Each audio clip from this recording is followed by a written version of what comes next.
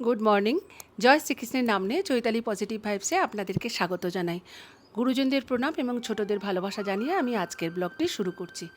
আজকে 12ই মে 2025, আজকে বুদ্ধ পূর্ণিমা। দেখছেন আমি একটা খুব সুন্দর সম্বলপুরি উড়িষ্যার শাড়ি পরেছি। আমার ভীষণ পছন্দের শাড়ি এইগুলো। তো আমি সেজে নিয়েছি আর স্নান টান করে রেডি, এবার পুজোর জোগাড়ে লাগবো। মুনি আর মুনকে আমি আগের দিনই আসতে বলেছিলাম, ওরা এসে গেছে। তো সত্যনারায়ণের পুজো, তো সেই জন্য পিড়েটা খুব সুন্দর করে আলপনা দিচ্ছি। আজকে আমি চাল বাটা দিয়ে, অর্থাৎ পিটুলি করে আমি আলপনা দিচ্ছি। তো এটা শুকোতে খানিকটা সময় দিতে হবে। এর ওপর কভার আপ করে 5টা মোকাম টোকাম সাজিয়ে সত্যনারায়ণের পুরো সাজটা তৈরি করব। এই যে আমার ভগবানকেও পুজো করা হয়ে গেছে, সাজানো হয়ে গেছে। আমার জগন্নাথ দেব দর্শন করুন আপনারা। আর ওপরে আছে নারায়ণ, নৃসিংহদেব আছে, রাধা মাধব আছে, পঞ্চতত্ত্ব আছে। পুজোর জোগাড় করতে আমার প্রচণ্ড ভালো লাগে। ছোটোবেলা থেকেই আমি পুজোর জোগাড় করতে খুব আগ্রহী। মা, দিদা এদের কাছে আমি পুজোর জোগাড় শিখেছি। মুনিকে দিয়ে আমি পদ্মটা ফুটিয়ে দিয়েছি, যেহেতু ওরা আগের দিনই এসে গেছিলো। আমার খুব উপকার হয়েছে, কারণ পুজোর জোগাড় তো একলা হাতে হয়ে ওঠে না, অনেক জোগাড় থাকে, অনেক রকম। যারা পুজোর জোগাড় করেন তারা জানেন প্রচুর ব্যবস্থা থাকে পুজোয়। তো এই যে মোটামুটি আমার সকালবেলায় ঠাকুরমশাই এসে যাবে, 9টার মধ্যে ঠাকুরমশাই এসে যাওয়ার কথা। সেই জন্য সকাল থেকেই আমরা লেগে পড়েছি পুজোর জোগাড়ে। এবার সবাই মিলে হয়ে যাচ্ছে এটা। মুনকে দিয়ে, আমার ভাইজি, ওকে দিয়ে খুব সুন্দর করে আমি আলপনা দেওয়াচ্ছি। ছোটোবেলায় আমিও এইভাবে আলপনা দিতে শিখেছি, ওকেও সেটাই শেখাচ্ছি। মোটামুটি জোগাড় হয়ে এসছে, ঠাকুরমশাইও এসে গেছে। আমি সিন্নিটা ব্যবস্থা করছি।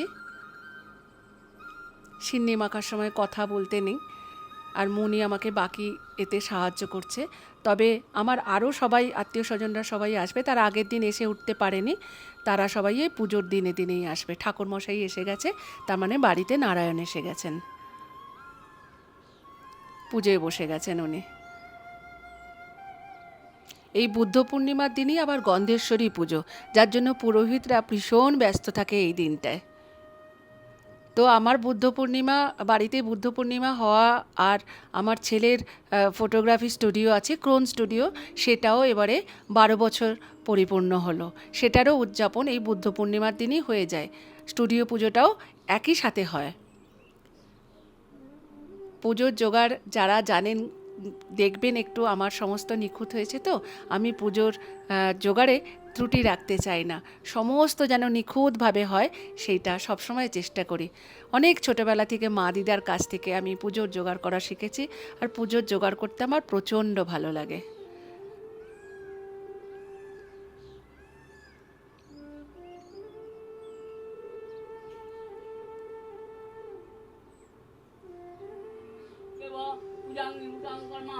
ओम स्वस्ति भवन्तु भवन्तु ओम स्वस्ति भवन्तु भवन्तु ओम स्वस्ति ओम स्वस्ति ओम स्वस्ति ओम स्वस्ति नक्षत्र स्वस्ति नमो बृहस्पति ददातु नमो स्वस्ति नमो स्वस्ति नमो स्वस्ति।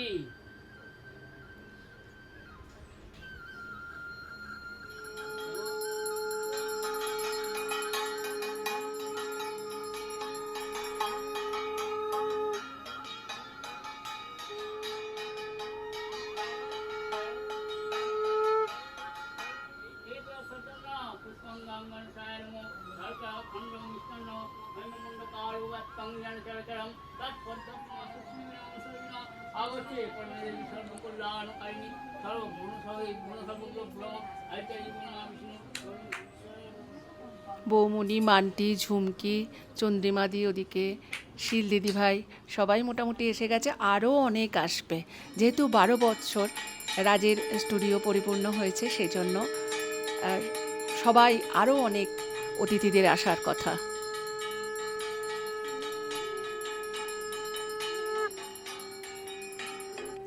বছরে একটা হোম আমি বাড়িতে করাই এই বুদ্ধ পূর্ণিমাতে।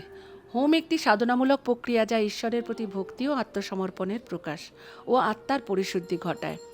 এতে পরিবেশ শুদ্ধিকরণের পাশাপাশি মানসিক শান্তি ও বাড়িতে পজিটিভ এনার্জি পরিপূর্ণ হয়।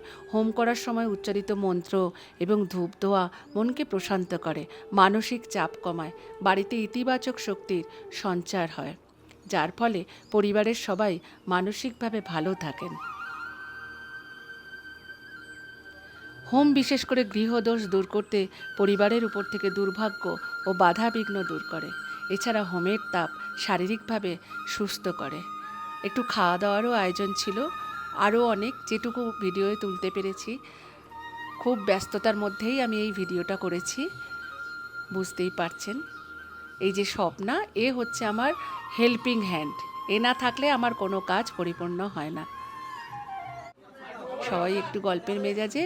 এইবার কোন স্টুডিওর 12 বছরের উপলক্ষে কেক কাটিং। 4, 5, 6, 7, 8, 9, 10, 11, 12!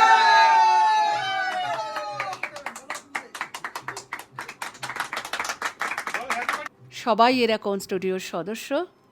এদেরকে সবাই মিলে আশীর্বাদ করুন। এদের স্টুডিও যেন উত্তরোত্তর বৃদ্ধি পায় আর অনেক দেশজোড়া নাম হয়, অনেক উন্নতি করে এরা।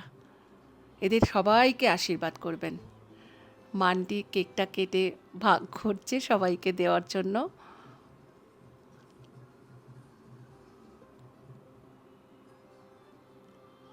দেবের ওয়াইফ সুস্মিতা ভীষণ ভালো নাচে, তো ওকে অনুরোধ করতেই ও রাজি হয়ে গেল আমাদেরকে। খুব সুন্দর নাচ দেখালো, আপনারাও দেখুন।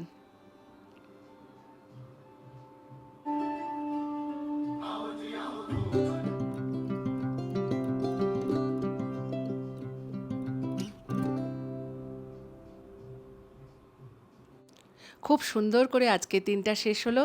আবার আগামী বছরের প্রতীক্ষা। ততদিনে আপনারা ভালো থাকবেন, সুস্থ থাকবেন, সাবধানে থাকবেন। দেখা হচ্ছে পরবর্তী ব্লগে।